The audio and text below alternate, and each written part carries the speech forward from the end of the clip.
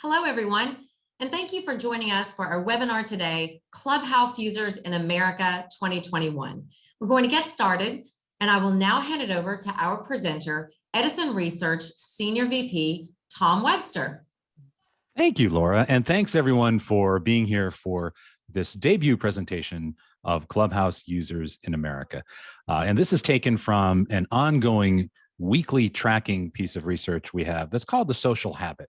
The Social Habit started last fall. This is a subscription product, and it's a weekly tracking service of basically any social media platform that registers, and also attitudes about social media, how people feel about the various platforms, how people feel about social media's presence and influence in our lives, the spread of information and misinformation, privacy, and a whole bunch of other issues. It's a survey that we field every single week, about 350 people a week, or about 1,500 people a month. And about, back in early February, we added Clubhouse to the mix. We believed it would start to print. I'm sure it printed even before then statistically. So we added Clubhouse to the Social Habit tracking service to get a read on early demographics and just a little bit about the users of this service. If you've not used Clubhouse, it is a social audio service. It's a kind of a standalone social audio service at this point. There are certainly some other platforms, Twitter, Facebook, and others that are going to be incorporating or have already incorporated social audio features into their platforms. But for now, Clubhouse stands, I think, if not alone, then certainly most prominent amongst the services that only serve as social audio platforms. A couple of things as we get going here. First of all, if you're going to tweet about this, please use the hashtag social habit. And if we trend nationally, everybody on this webinar will get a car. Second of all, if you have questions, please put them in the Q&A box and not the chat box. Chat is for chat, people. Q&A is for Q&A. And I will try to get to some at the end of this. This is a fairly short webinar, really focused on who is using the service now in these kind of early days. So as I mentioned, this is taken from our Social Habit Research Series. This was fielded in terms of the Clubhouse data between the week of February 8th and the very end of April. The total sample for this is 4,557 adults age 18 and older who are regular users of social media. So I'm about to show you the kind of reach here of Clubhouse, and I want to caution you that that's not a nationally representative reach amongst the general population. It is amongst our sample who are regular users of social media. So currently where Clubhouse is at the bottom of your screen in terms of our sample here of social media users 18 plus. Again, we have over 4,500 in this sample. We put YouTube in here. YouTube is at the top, certainly. Facebook, the number one traditional social media service, as it were.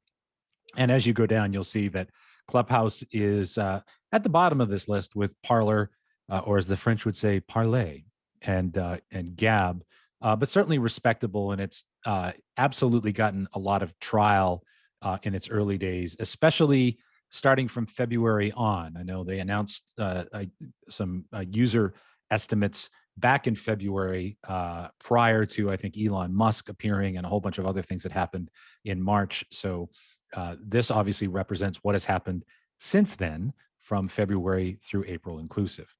So a couple of things here. First of all, absolutely worth noting, and I think one of the principal findings of this entire project is from a gender perspective, just how different these early Clubhouse users are from the general population. There's no question that the fact that Clubhouse throughout the process of this research, again, February through April inclusive, has been an iPhone-only service. That doesn't necessarily explain this, however. Currently, the US population is about 50-50 male-female. For Clubhouse users, though, they're 2/3 male. Now, again, you may have different experiences when you log into Clubhouse. Maybe the rooms that you frequent do or do not look like this, but this is less about the creators, the people who are hosting rooms, and more about the people who are listening in. This is the audience of Clubhouse.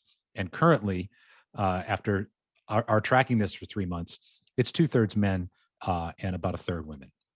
In terms of age, the majority here are 18 to 34. 56% are 18 to 34. Another 42% are 35 to 54. Very little audience here, 55 plus. This is absolutely a service for the most active social media users. And I'll be showing you some data on that a little bit later. So compared to the US population, much, much younger. And indeed, the majority of Clubhouse users are 18 to 34. When we look at race or ethnicity, a couple of things to note here. First of all, although Clubhouse users are a little bit whiter than the US population, the US population 18 plus is 54% white. Clubhouse users are 59% white. We do see some other differences. Hispanic, Latino, about the same, but Black usage of Twitter, 17% of Clubhouse users are Black compared to 13% of the US population. So while Clubhouse users in general are a little bit whiter than the population, there's certainly very active Black usage of Clubhouse and a lot of representation of persons of color throughout the service, for those of you that have used it on a regular basis. Another thing to note here, enormous differences in education in the average Clubhouse user compared to the US population, especially when you look at some graduate credits or an advanced degree. 13% of the US population has that, but 50% of Clubhouse users, and again, we're talking about a huge block of 18 to 34-year-old males in there, have at least some graduate work, if not an advanced degree. And going along with that as kind of a trailing variable of that, income. And the Clubhouse user in general is a bit more affluent, slightly, I would say, and maybe not as overwhelmingly affluent as you might think compared to the US population, despite the education gap. There are more in the US population who make over 150,000. That's 19% compared to 13%. But the biggest difference here is that $100,000 to $150,000 in household income. 15% of the US population 18 plus claims that. 27% of Clubhouse users report that is their household income. So the Clubhouse user tends to be more male, more likely to be 18 to 34, maybe slightly whiter, but also some good representation there. Equal representation, Hispanic, Latino, and a bit more representation with the Black population with Clubhouse than in the US population. And there are even some political differences. So before you get yourself embroiled in a political battle on Clubhouse, know that there's a much greater percentage of liberal users amongst the Clubhouse user base than there are amongst the social media users in general. And this is data from our own social habit tracking data, where we ask this to everybody. Amongst all social media users, the percentages of liberal to conservative are about the same, 29 to 27. But with Clubhouse, it's 42 to 25, so slightly more liberal. Now, the youth and the gender differences from the US population, I think, are really endemic to Clubhouse and endemic perhaps to the types of people who have gravitated to that service early on. But things like education, income, and even political ideology, I would submit, are actually trailing variables of the fact that the service is, at least from our tracking, February, March, and April, exclusive to iPhone owners and does not include Android. iPhone users tend to present very differently in our research and indeed in any reputable study to Android users. iPhone users do typically have attained higher levels of education, do have a higher household income. After all, these things aren't cheap, and some other associated demographic characteristics. So certainly things like education, income, and to some extent political leaning is a trailing variable of iPhone usage. But that doesn't fully explain the over-indexing for men and the over-indexing for 18 to 34. So as I mentioned, this is a weekly tracking study. We have been tracking this every week since starting February 8th. And in terms of usage amongst our sample, again, this is our sample of people who regularly use social media, ages 18 and up. It's reasonably flat, maybe a little bit of an uptick in April, but really looking across here, certainly not a tremendous pattern of growth in usage. Now, people can track things like downloads of the app. That's not what we track at Edison. We're tracking the humans, and this is the percentage of humans week by week who tell us that they are using the service, at least amongst active social media users 18 plus. So was trending fairly flat, maybe picked up a little bit in the last couple of weeks. But I will say this about the service: for those who do use the service, they use it a lot. When we ask the people who use Clubhouse in our sample, this is Clubhouse users 18 and up, how often do you use the service? 44% say at least once a day. That's pretty sticky. So while the actual usage and penetration in terms of reach of Clubhouse is fairly flat, the people who do use the service use it very frequently, 44% at least once per day, and 28% at least once per week. So there's considerable stickiness amongst the population that do use it. One thing that has dipped a little bit, we do track this weekly. The data was a little bit noisy weekly, so we've consolidated it to monthly here, which I think tells the clearer story. There was an uptick in time spent using the service in March. That's retreated a little bit in April. And right now, if you are a Clubhouse user, the average amount of time you spend weekly on the service is a little over 4 hours and 12 minutes. Certainly some people, especially people who host and moderate rooms, may spend a lot more than that. But again, we're talking about the average audience here, and they're spending about 4 hours and 12 minutes a week on Clubhouse. And if we look at that sort of broken down a little bit, February, March, and April, you'll see there's a fairly healthy chunk at the right of this graph, 5+ hours per week. More than 1 in 5 say that they spend 5 or more hours per week. But on the left side, that's also growing. In fact, the percentage who say less than an hour per week has quadrupled since February. So it's sort of growing at both ends of this. But again, the average is 4 hours and 12 minutes. That's certainly covered by that large pink bar that's in the middle of all of these particular charts.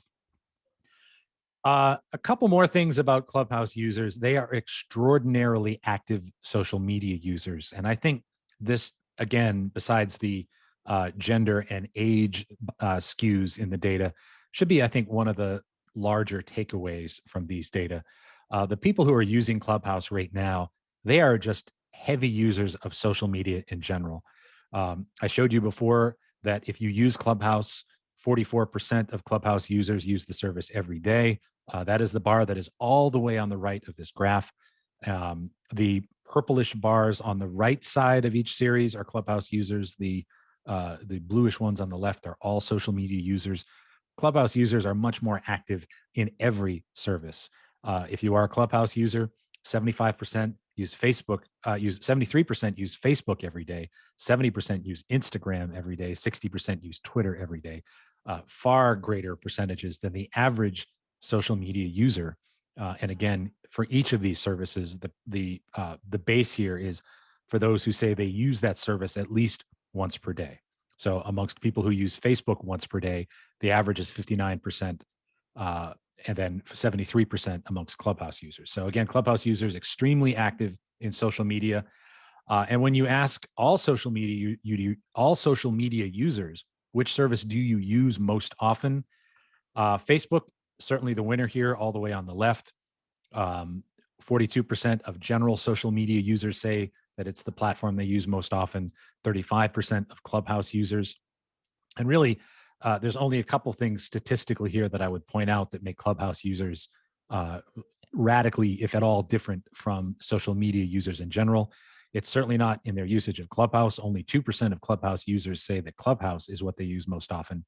Instead, they're more likely to gravitate towards Facebook, YouTube, Instagram, where they actually outperform all social media users, and Twitter and TikTok also at 7%. We ask all social media users in our survey, compared to a year ago, are you using social media overall more, less, or about the same? The average social media user, they're sort of tied here between more and the same, but Clubhouse users are much more likely to say that they're using social media more. So again, the average Clubhouse user right now, not even on the fringe, the average Clubhouse user right now is extraordinarily active on social media, much more likely to say they're using it more, much more likely to use any given service, and much more likely to use multiple services. So these are absolutely on the heavy end of social media users of all stripes. And that makes these people fairly positive about social media in general. One of the attitudinal questions that we ask for all social media users in the social habit, we ask people how much they agree or disagree with the statement that the positives of social media outweigh the negatives. And there's an enormous difference here between social media users in general, who are really mixed. It's absolutely a mixed bag here, with 32% on the left giving that a 5 or a 4, but 25% on the right giving it a 1 or a 2. So there's absolutely a split decision here about the positives outweighing the negatives, but not amongst Clubhouse users. They are absolutely seeing the sunnier side of social media here, with 60% agreeing that the positives outweigh the negatives, compared to 11% who disagree with that statement. So again, Clubhouse users in general are very much out on the edges here in terms of their attitudes about social media. And that's the average Clubhouse user. And I'm not even talking about the people who are frequent hosts or moderators of rooms. We also ask people how much they agree or disagree that being on social media has had a negative impact on their emotional well-being. And again, a little bit of a split decision here on both sides. 28% of social media users in general agree with that. But Clubhouse users are actually more likely to be polarized than anything. I think the story here is that fewer select 3 in the middle. So you've got some people with strong opinions who use Clubhouse. And if you've spent any time on Clubhouse, that should certainly resonate with you, that the neutral does not fight its way to the front of the room very often in a Clubhouse room. So you've got some strong opinions on both sides here about whether or not social media has been good for us or bad for us. But one thing that Clubhouse users do agree upon, even more than social media users in general, is that social media helps to bring people together. 67%, 2/3 of Clubhouse users agree with that statement, compared to a lower percentage of social media users in general, 45%, although there's not really strong disagreement with that statement amongst either group. So we have essentially a group that is that indexes much more highly to be male and 18 to 34, fairly diverse in terms of race and ethnicity, some strong representation amongst Black Americans and Black social media users, and some people who are very heavy users of social media in general, really at the fringes. So when you are on Clubhouse and interacting with people on Clubhouse, know that you're not necessarily interacting with the kind of middle of the bell curve social media user. These are people who are already using many platforms multiple times per day, and they're adding Clubhouse to that mix. I'll pause here one more time to point out that this is taken from The Social Habit, which is a daily tracking study, and we certainly we are fielding every single day, although we report things weekly here, ages 18 plus. It's the definitive look at how Americans use and think about social media from a tracking and trending perspective. Again, we're in the field every single week, interviewing each week at least 350 people. As I mentioned before, there's over 4,500 people in this particular sample. If you're interested in information about subscribing to this service, you can email me at twebster@edisonresearch.com. And that's a quick look at who Clubhouse users in America are today. I'm happy to stay for a few minutes and take any questions. I will answer the one question that is in there, which is the ultimate question, the singularly most important question of any webinar. Will we get a copy of this presentation? And of course, the answer is yes. We'll have copies of this up very, very shortly, both on our site at edisonresearch.com, and you'll get a link to this for participating in this webinar.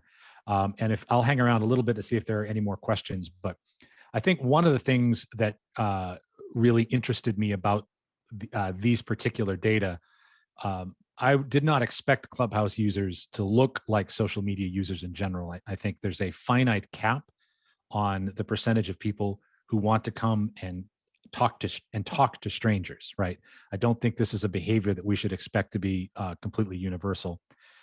So we are absolutely dealing with a universe here that is not, I would say, middle of the bell curve in terms of being a social media user, but being constricted to iPhone users only throughout the course of this data has also cast a significant skew on the user base. We will continue to monitor this. And now that the Android usage and the Android app is about to be more widespread and rolled out, one would think that some of the things in this data would normalize a little bit and start to approach the US population. Melissa asks, any insight about Clubhouse users who are podcast listeners? Not in this report. We do, of course, ask that in the social habit. We do have that data, but not at the moment for public use. E.B. Moss, hi, E.B. asked, do you have insights on the demographic differences between other social audio sites versus Clubhouse yet? We are just starting to collect data on social audio. Now, we've been asking about social audio platforms in the social habit really since February. And we ask both about Clubhouse, but also about these particular types of platforms in general. Right now, nothing has really, Twitter Spaces really just rolled out. So nothing's really printing on a statistical basis yet. We have added social habit to Share of Ear for Share of Ear subscribers. So as that starts to register statistically, we will start to see some things there. But I can promise you that if Clubhouse is still around and still vibrant in several months after we have collected some data that includes Android users, we will certainly update this. So that's all the questions that I saw in the Q&A box. Again, I'm Tom Webster, SVP of Edison Research. For any information about subscribing to the social habit, you can go ahead and email me at twebster@edisonresearch.com. There is a page on our website that details subscription costs and things like that. So I encourage you to look at that. I also want to, I'll answer, Chad, hi, welcome, asks, are you asking anything that looks at how people are using it, creators versus listeners? Not really a big enough population of creators for us to get at that yet, but we certainly will. And I also want to thank, there are a number of people who put this data together, not just the Clubhouse data, but also the social habit data in general, and of course, this webinar. I want to thank Nicole Benyamini and Susie Ennis on the data side. I want to thank Megan Lazovic for helping to set all of this up, Steve Lemma and Laura Sylvia for helping with the webinar, and big thanks to all of the last minute things that I heaped on Mary Mine and Laura Ivy for all of their work on this. And on behalf of all of us here at Edison, thanks so much for attending. Thanks so much for giving us the gift of your time and attention. And we'll see you next time. Cheers.